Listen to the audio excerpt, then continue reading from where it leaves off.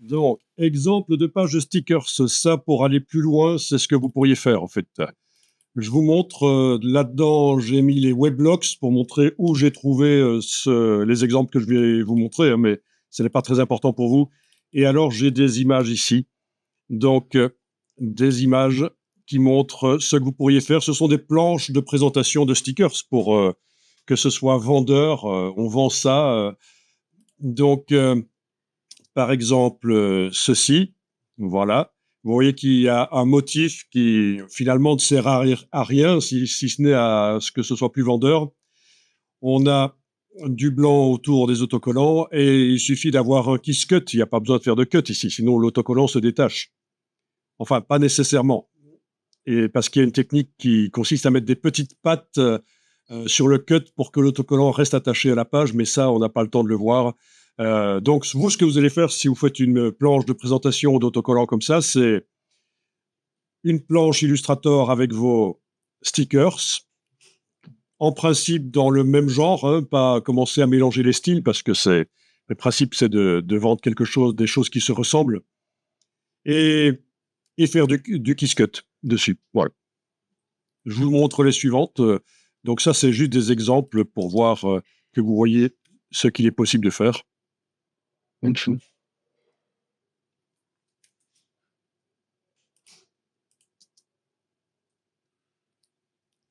Alors, c'est pas nécessairement du blanc autour du sujet, hein. Vous pouvez faire un fond coloré, il n'y a pas de problème, hein. Un fond coloré, un fond en motif, du dégradé. Là, systématiquement, il y a un bord blanc autour des stickers, mais ce n'est pas nécessairement du blanc. Voilà. Si c'est pas mignon, ça, on les mangerait. OK. Je pense que vous avez compris le principe, hein. Ça peut être sympa et intéressant, ça. Donc, si vous voulez, il y a ça à faire. Oui, n'hésitez pas à amener quelque chose d'intéressant en plus de ce qu'on voit là. Euh, le format, plutôt que d'être une page format lettre comme ça, verticale, vous pouvez la mettre en horizontal. Vous pouvez prévoir, comme ils l'ont fait ici, des bords arrondis. Et là, il faudra faire un cut pour que il faudra faire un cut. Enfin, de toute façon, vous devez faire un cut, au fait, pour parce qu'on va imprimer plusieurs de vos travaux sur un grand format comme on a toujours fait. Donc, vous devez prévoir un cut pour le bord de la page. Kiss cut pour les autocollants et cut pour le bord de la page.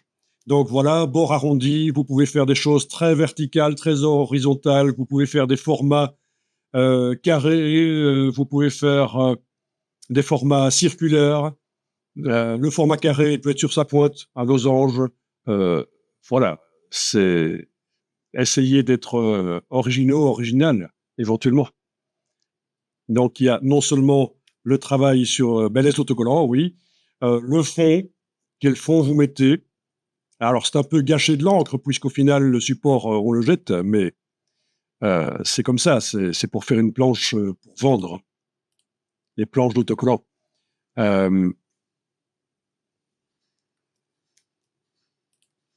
Donc ici, dans Bing, j'aurais pu faire ça dans Google, peu importe. J'ai demandé par exemple ceci, un chat dans le genre anime, et j'en ai retenu deux, celui-là et celui-là. Oui, ils sont horribles, je sais. Je les ai transférés dans Illustrator par copier-coller.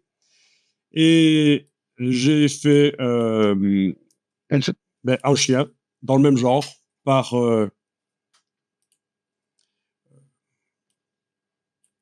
générer des vecteurs. Donc j'ai juste demandé dog, sujet. Au niveau du détail, je suis allé au minimum. Référence stylistique, en fait, elle est plus là, mais c'était comme ressource, évidemment, le chat, puisqu'on retrouve les mêmes couleurs, les mêmes traits. Ok, à part ça, j'ai rien fait d'autre. Voilà. Pour celui-là, même principe, référence stylistique, j'ai pris l'autre chat et il m'a fait quelque chose dans le genre. Donc, amusant ça. Donc, voilà, c'est comme ça que vous arriverez à avoir des productions cohérentes sur toute votre page de stickers. C'est en prenant une référence stylistique. c'est évident, mais ça vaut la peine de le dire. Voilà. OK. Donc ça fonctionne plus ou moins bien. Après, il faut modifier éventuellement. Tiens, au fait, ici, il m'en avait fait d'autres, hein. Voilà, il m'avait fait ça et ça aussi. Et pour celui-là, il m'avait fait ça et ça aussi. Voilà. Ça semble c'est un chien-chat. C'est un chien japonais, en fait, à mon avis. Voilà. OK. Donc ça, c'est intéressant déjà. Alors, autre chose que je vous montre ici. Voilà. J'ai demandé, sans référence stylistique, de générer ceci. Donc, si je vais voir dans le panneau ici, j'ai demandé un lapin vu de près dans l'herbe.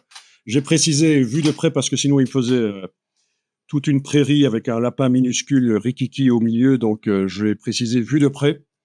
J'ai demandé une scène dans ce cas-ci, et évidemment, vous savez que vous pouvez, avec la flèche blanche plus, aller extraire une partie ou l'autre. Il faut compter 1, 2, 3. Donc, c'est au deuxième clic qu'il est sélectionné. Voilà, édition, copier, édition, coller. Le voilà, extrait, avec la flèche blanche plus. Mais ça, on avait vu. Donc, ah oui, il faudra modifier certaines choses, bien sûr. Donc, il y a quand même quelque chose de nouveau ici dans cette génération IA, c'est qu'au niveau de la référence stylistique, il n'y en a pas. Et faites bien attention si vous démarrez du template que je vous ai fourni là. Vous savez qu'il y a un fond gris qui est bien utile, en fait, le fond gris, mais on ne s'en est pas vraiment servi, nous. Mais je peux vous garantir, quand on est dans Illustrator, d'avoir un fond gris derrière, ça aide. Mais attention que automatiquement, il a tendance à aller chercher le fond gris comme référence stylistique, et alors ça vous génère des IA, des dessins IA, des illustrations IA grises. Donc il faut absolument retirer ici, c'est ce que j'ai fait, la référence stylistique. Mais par contre, il y a quelque chose qui est nouveau ici, qu'on n'a pas encore fait. J'ai été joué dans couleurs et tons. Donc j'ai pas demandé certaines couleurs, j'aurais pu. Par contre ici, manuellement, j'ai dit de limiter à 10 couleurs et d'utiliser des tons chauds. Voilà, tons chauds, 10 couleurs maximum. Ça, jusqu'à présent, on n'avait pas encore fait. Je ne sais pas si vous avez eu l'occasion de tester. Donc voilà, ça vous fait des tons chauds et 10 couleurs maximum. Voilà. Ceci dit, je vous rappelle que quand vous sélectionnez et que vous allez dans Édition, modifier les couleurs, redéfinir les couleurs d'illustration, vous avez encore la possibilité ici de réduire le nombre de couleurs de l'illustration. Voyons, 5, voilà. 5, 4, 3, 2, 1, voilà. Le nombre de couleurs peut encore être modifié là. OK, vu que je suis allé à 1, OK, ça va, c'est bon. Voilà. Donc, intéressant. Voilà, voilà. Avec possibilité de bloquer certaines couleurs pour qu'elles restent, en fait, hein. Si là, en face, sur la flèche, vous cliquez, ça fait un trait, et cette couleur-là ne pourra pas être, faire partie de la réduction, elle va rester. OK. Bien, ce que je voulais montrer ici, c'est que par la suite, j'ai généré un chat dans une rue. Donc, le prompt est ici, un chat vu de près dans une rue. Toujours scène, même niveau de détail que pour le lapin. Référence stylistique, il n'y en a pas. Couleur et ton, je suis en aucun paramètre, c'est automatique au niveau du nombre de couleurs. Donc voilà. Et voilà ce qu'il m'a fait. Donc je pense qu'on peut dire que c'est quand même un style complètement différent que par rapport au lapin. Mais alors, la partie intéressante, c'est que j'ai régénéré un chat dans une rue. Et cette fois-ci, pour celui-là, j'ai pris comme référence stylistique, ça ne se voit plus ici, mais vous pouvez me croire sur parole, j'ai pris comme référence stylistique ce que j'avais généré avant. Voilà. Et ça, on n'a jamais fait. On a pris jusqu'à présent comme référence stylistique des images qu'on est allé chercher sur le web, mais on peut très bien prendre quelque chose qu'on a fait avant. Bon, par exemple, ici, si je fais un rectangle et je demande à générer des vecteurs dans le menu objet, voilà. Donc, qu'est-ce que vous voulez?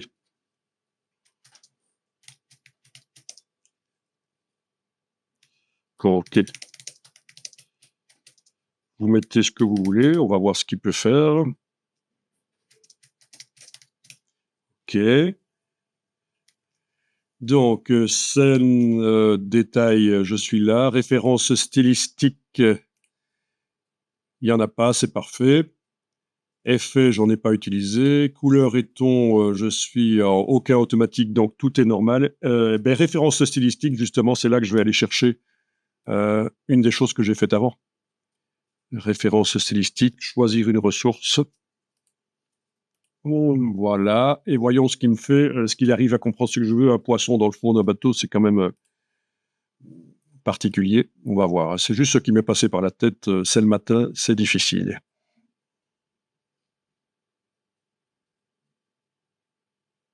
En tout cas, au niveau des couleurs et du style de trait, ça devrait être la même chose. Ah, il m'a fait ça. Ok.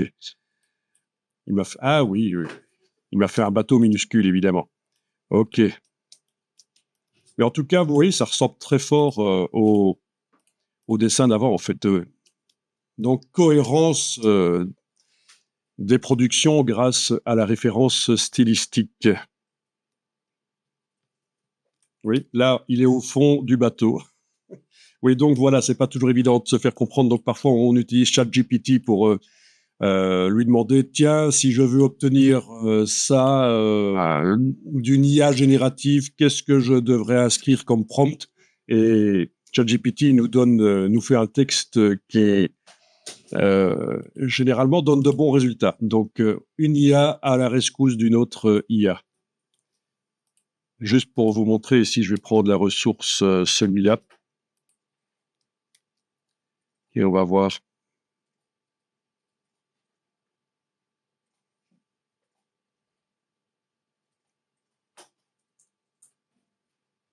Mine de rien, vous pourriez faire des bandes dessinées avec ça, puisqu'il y a la cohérence stylistique. Après, il y a la cohérence des personnages qui est nécessaire. Mince, c'est pas ce que je voulais.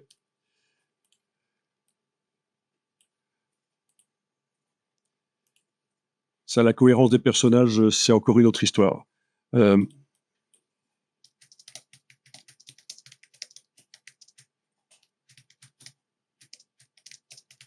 Juste pour la démo, je vais refaire le même prompt, même s'il était foireux. Donc, scène, ok. Couleur et ton, on est bon. Référence stylistique, on est bon. Ok, généré.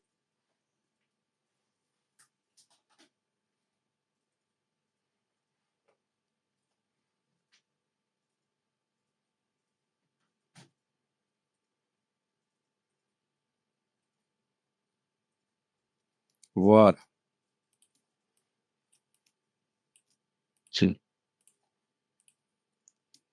Donc, cette fois-ci,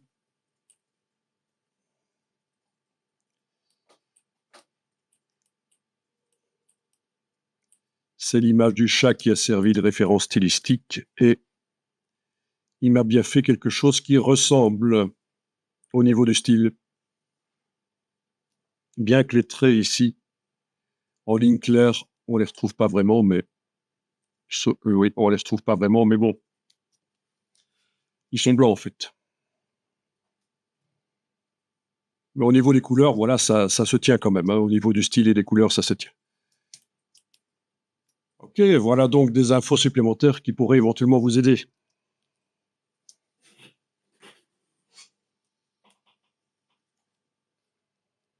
Donc, les motifs.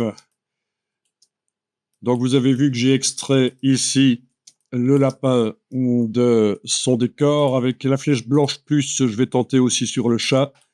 1, 2, 3, 4. C'est au troisième clic qu'il est sélectionné. 1, 2, 3. Copier-coller. Voilà.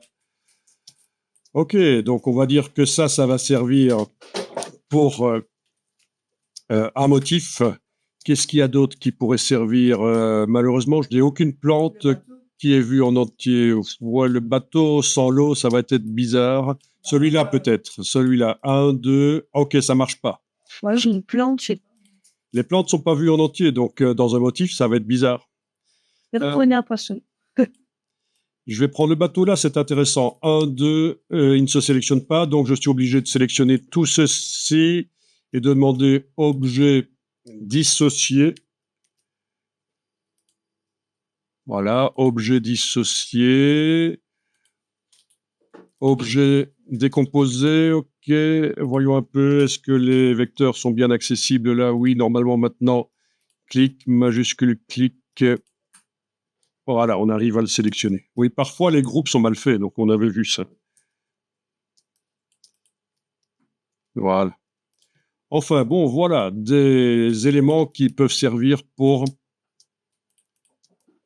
un motif. Waouh. Je vais quand même regrouper tout ça.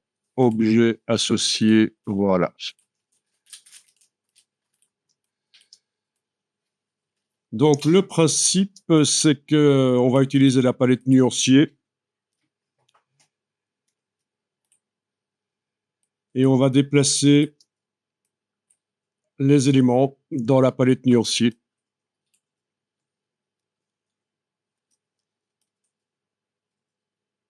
Voilà, ils sont là.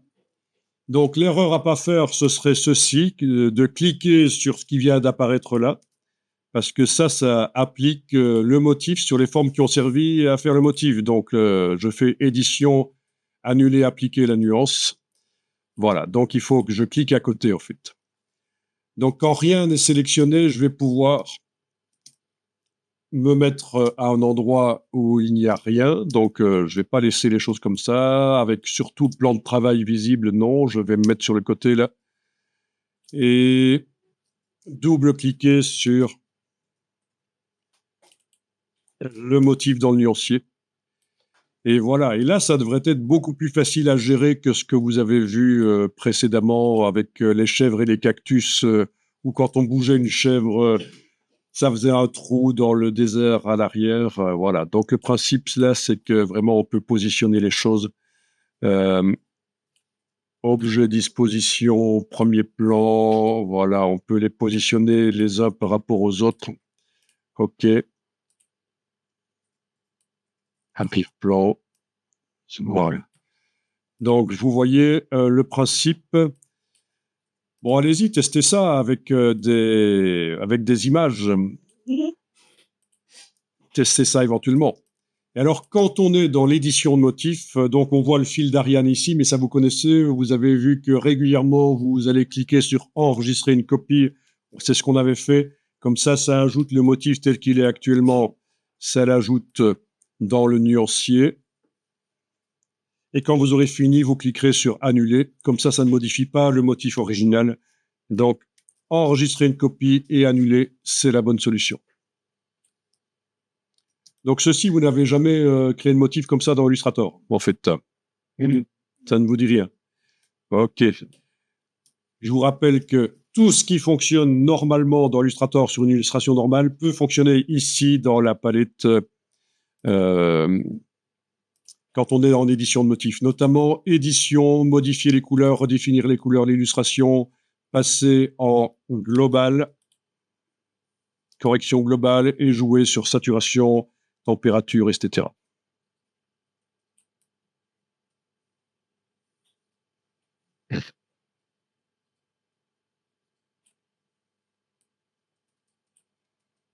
Voilà.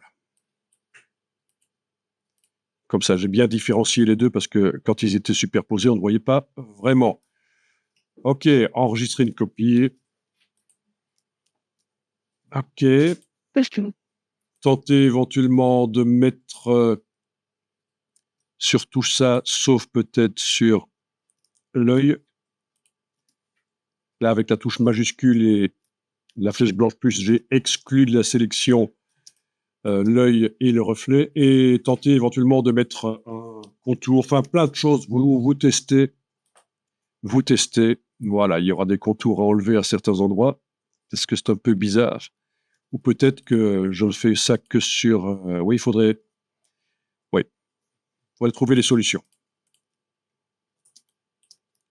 Comme dupliquer, fusionner avec le Pathfinder, mettre une couleur de fond, le mettre au même endroit, le faire passer derrière,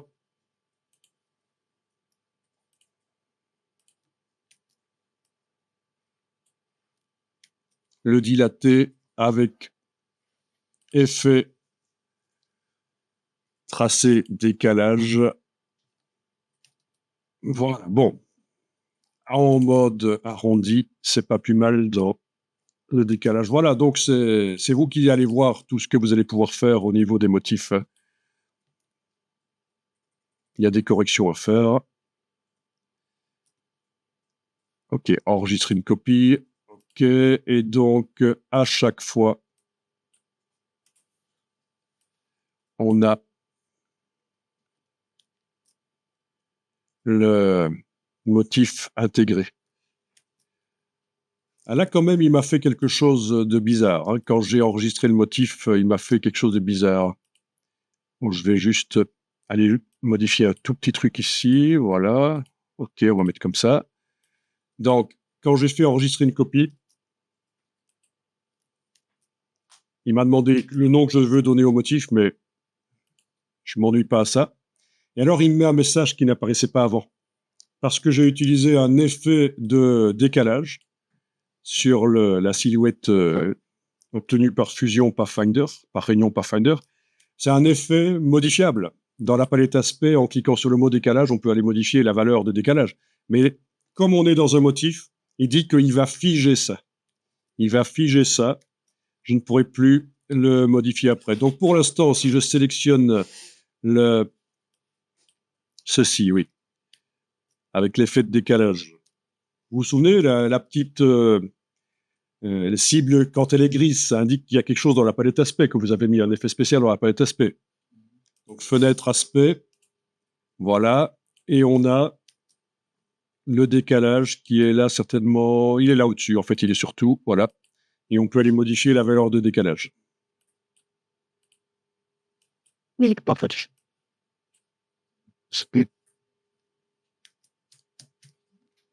Touche tabulation, voilà. Donc vous voyez, c'est modifiable, c'est dynamique, c'est modifiable. Dynamique, ça veut dire modifiable. Hein. Oui. Ok, et donc, si je fais enregistrer une copie, il va me dire que ça va être figé.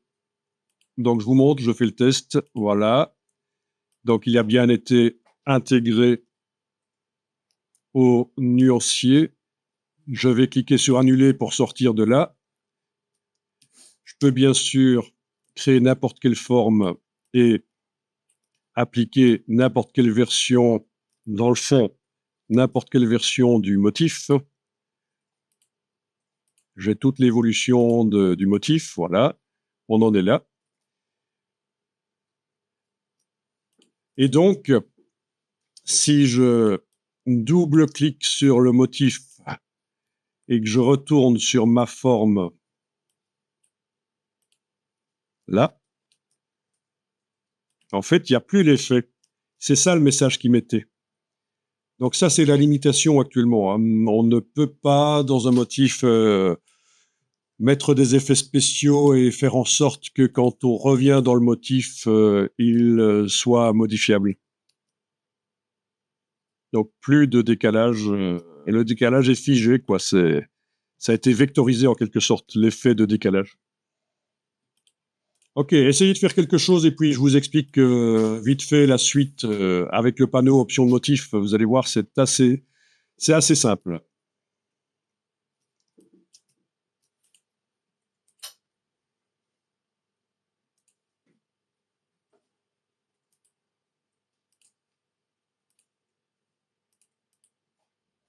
Ok.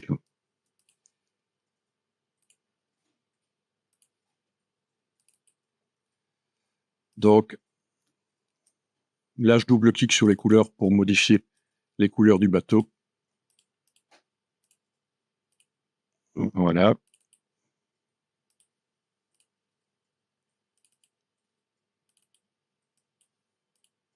Ok.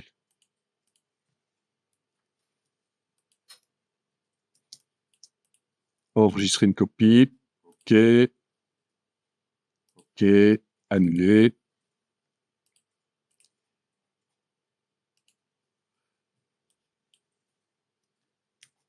Voilà, c'est bien.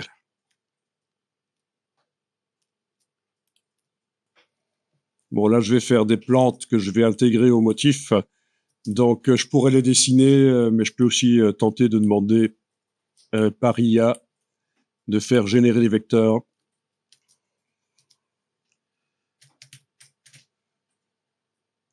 Donc, ça comprend 80 langues, mais je préfère taper en anglais parce que je me la pète.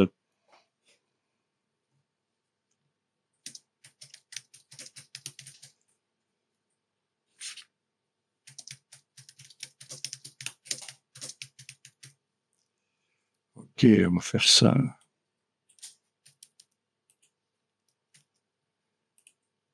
Référence stylistique, faites bien attention. Si on démarre du template, il faut enlever le gris comme référence stylistique. Ok, et générer. On va voir ce qu'il va nous faire. Et alors, je vais pouvoir transférer ma plante dans le motif.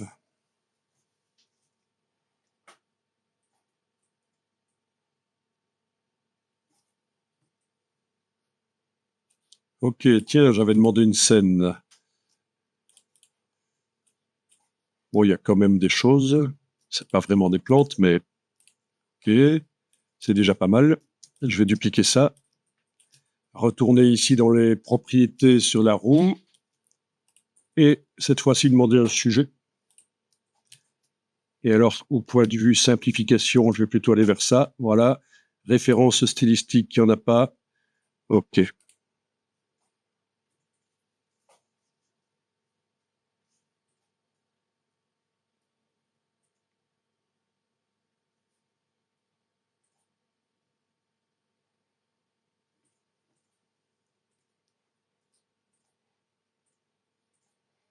Ok.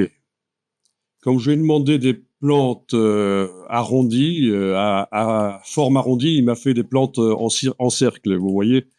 Donc, encore une fois, hein, si je suis pas doué pour faire des prompts, ChatGPT pourra m'aider. Ceci dit, je trouve ça assez sympa. Je vais le prendre. Donc, je vous montre. Hein. C'est très simple. Je copie la chose. Je clique à côté. Je vais double-cliquer sur le motif, le dernier que j'avais fait. Et je vais pouvoir coller. Voilà. Et c'est un peu grand. Qu'est-ce qu'il m'a fait là?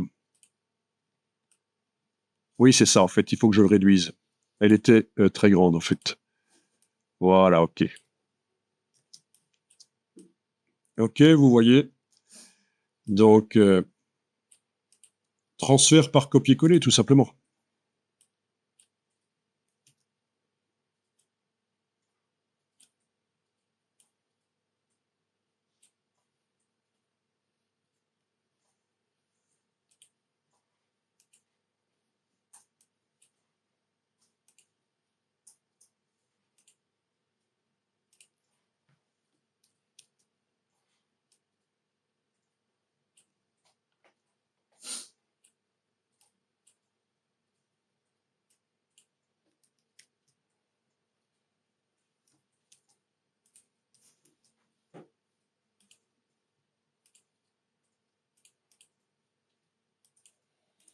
Ok.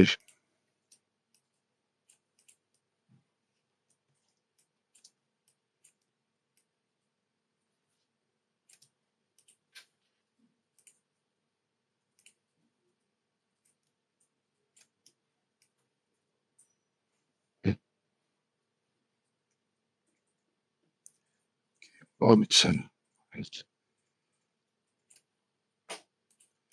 Enfin, vous voyez le principe. Un transfert par copier-coller.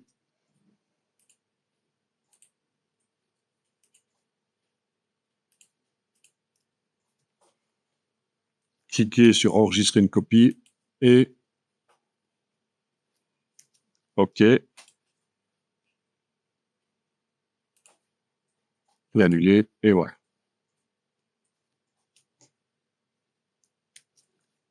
Bon, de temps en temps, pas oublier d'enregistrer au cas où ça plante.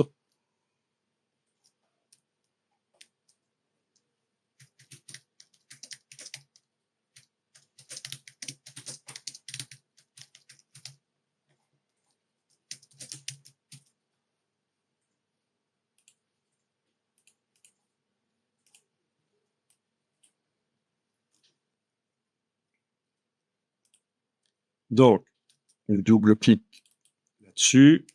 Donc, le panneau ici, option de motif, c'est assez simple.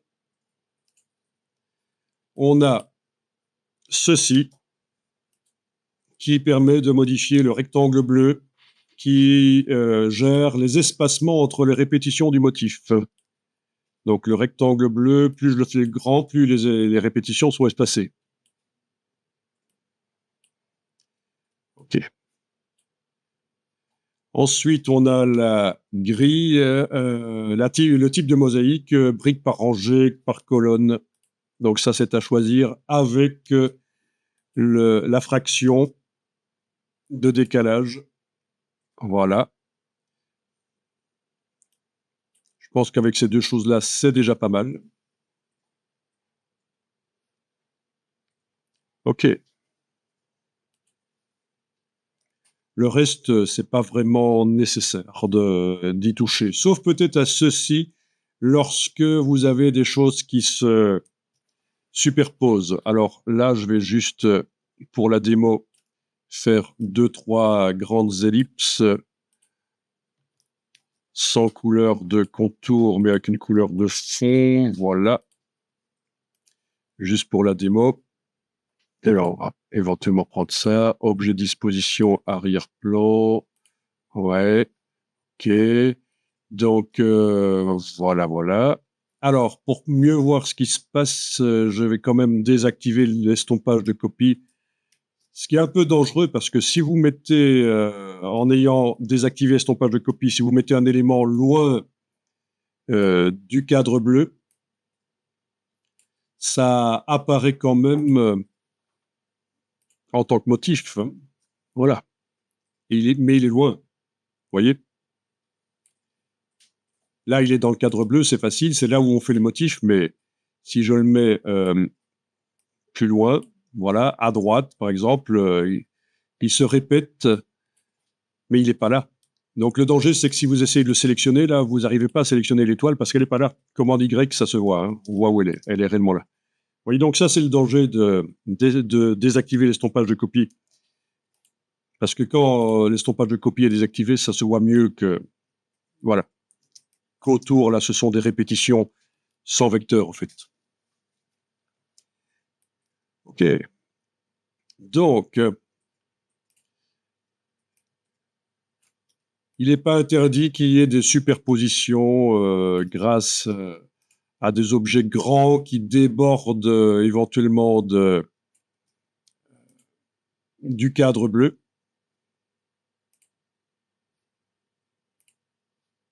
Voilà. Mais à un certain moment, il va falloir, en fait, comment dire, gérer les superpositions. Voilà. OK. Il va falloir gérer les superpositions. OK, je vais faire ça comme ça pour qu'on voit bien. Voilà. Donc, c'est ici que ça se passe. Hein, c'est les chevauchements. Donc là, comme on le voit actuellement, c'est les objets de gauche qui se chevauchent à ceux de droite. Mais si je fais l'inverse, je devrais obtenir un résultat différent. Voilà, oui, oui, ça se voit là. Ça se voit. Donc, l'un ou l'autre, voilà. Et puis, on a le chevauchement. Actuellement, c'est les objets du dessus qui se mettent par-dessus ceux d'en bas. Mais je peux dire que ceux d'en bas se mettent, voilà, comme ça. Donc, ceci n'est utile que quand vous avez fait des chevauchements d'une manière ou d'une autre.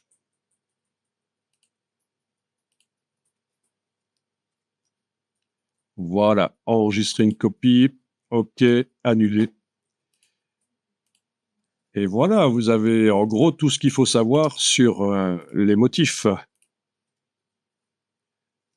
Bah, puisqu'on avait déjà vu certaines choses, hein.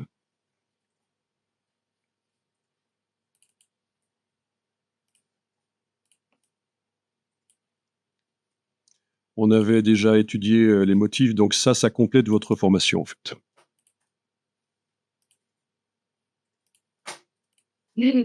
Ok.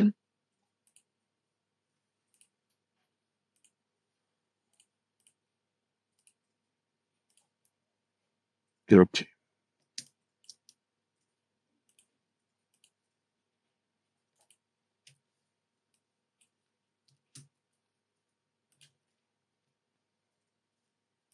Donc, quand vous faites des créations, des motifs ou des créations dans Illustrator, il faut faire attention à la cohérence graphique.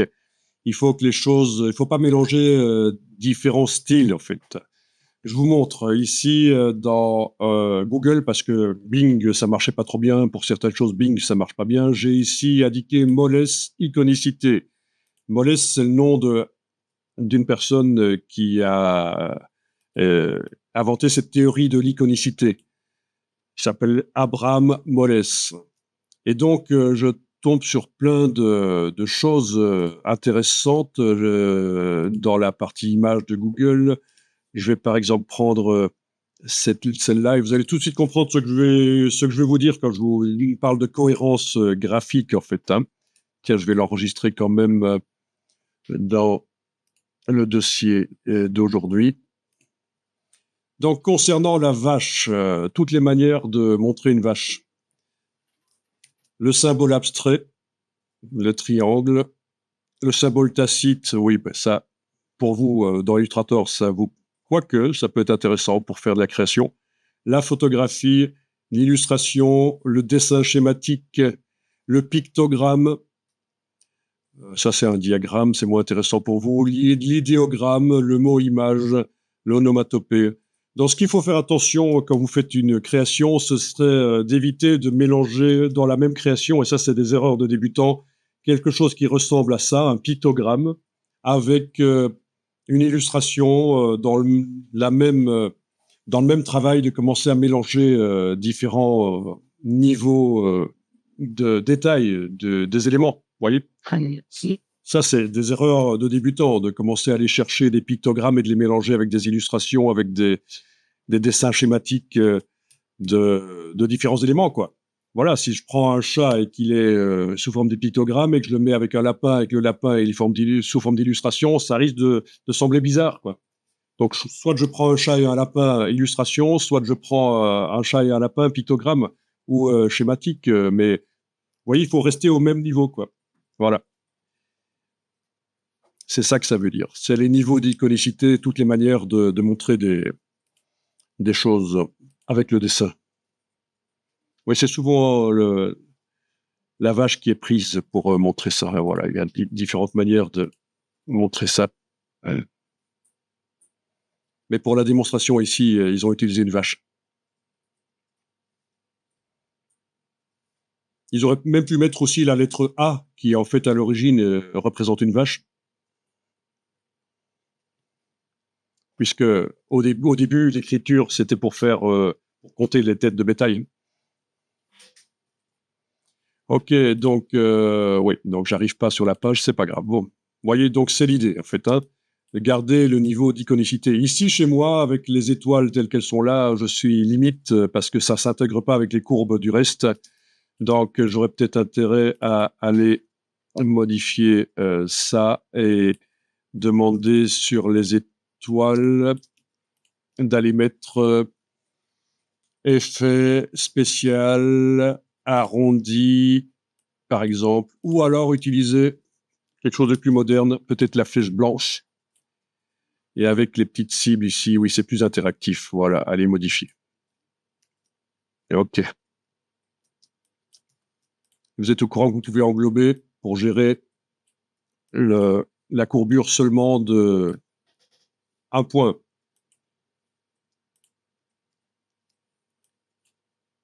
Ou englober avec touche majuscule, englober un autre pour pouvoir gérer